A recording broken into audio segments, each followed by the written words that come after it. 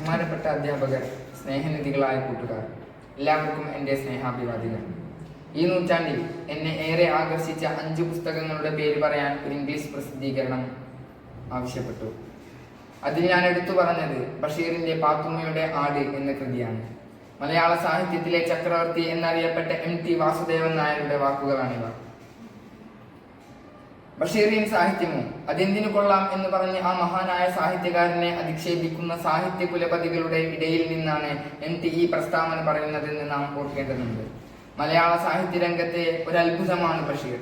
ഇത് നമുക്ക് അദ്ദേഹത്തിന്റെ കൃതികൾ വായിക്കുമ്പോൾ തന്നെ മനസ്സിലാക്കാൻ സാധിക്കുന്നതുമാണ്. സാധാരണയിൽ സാധാരണമായ കഥാപാത്രങ്ങളിലൂടെ സാധാരണക്കാരായ ജനങ്ങൾക്ക് മനസ്സിലാകുന്ന സാധാരണ കാര്യങ്ങളാണ് അദ്ദേഹത്തിന്റെ കൃതികളിലൂടെ നമുക്ക് എത്തിച്ചു തരുന്നത്.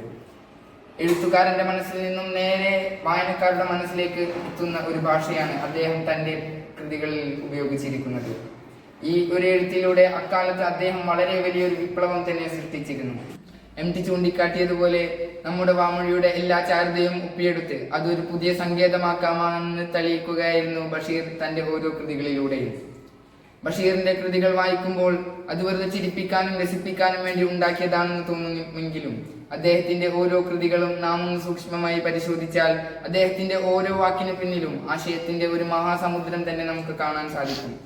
നമ്മളെ നാം അറിയാതെ പരിവർത്തനം ചെയ്യുന്ന കഥാപാത്രങ്ങളും ആശയങ്ങളും ബഷീറിന് മുമ്പോ ശേഷമോ മലയാള സാഹിത്യത്തിൽ ആവിഷ്കൃതമായിട്ടില്ല എന്ന സത്യം സ്മരിച്ചുകൊണ്ട് ഞാൻ എൻ്റെ വാക്കുകൾക്ക് വിരാമമിടുന്നു. നന്ദി, നമസ്കാരം.